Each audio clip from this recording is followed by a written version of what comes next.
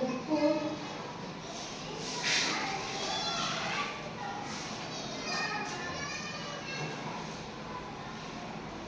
சர்க்கரை, மஞ்சள், செம்மண், உப்பு. இது நான்குமே கரையும் பொருள். நான்குமே கரையும் பொருள். அப்படி தனியாக வச்சுக்கோங்க. கரையும் பொருள் மட்டும் வச்சுக்குவோம். கரையாத பொருள் வச்சுக்குவோம். கரையும் பொருள். இது கரையாத பொருள்.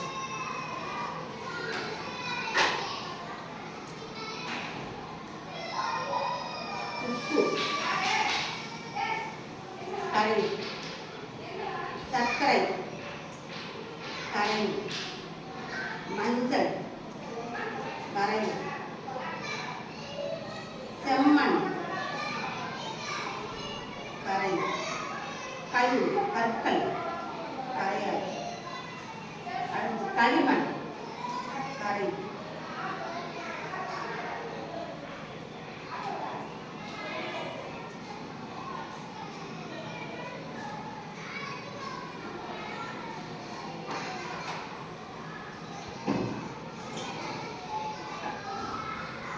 உப்பு கரையுதாப்பா?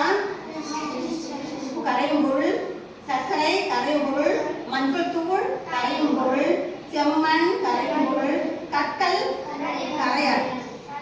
கற்கள் கரையாது. மணல் கற்கள்லாம் கரையாது. மண் கரையும், ஆனால் மணல் கரையாது. அடுத்தது களிமண், மண்ணு களிமண் கரையும். அப்போ கரையும் பொருட்கள், கரையாத பொருட்கள். இது என்ன பொருள்? சர்க்கரை கரையுமா கரையாதா? கரையும் பொருள் சொல். இது மஞ்சள் தூள் கரையுமா கரையாதா? சொல். மஞ்சள் கரையும் சொல். மஞ்சள் கரையும். கற்கள் கரையாது. அது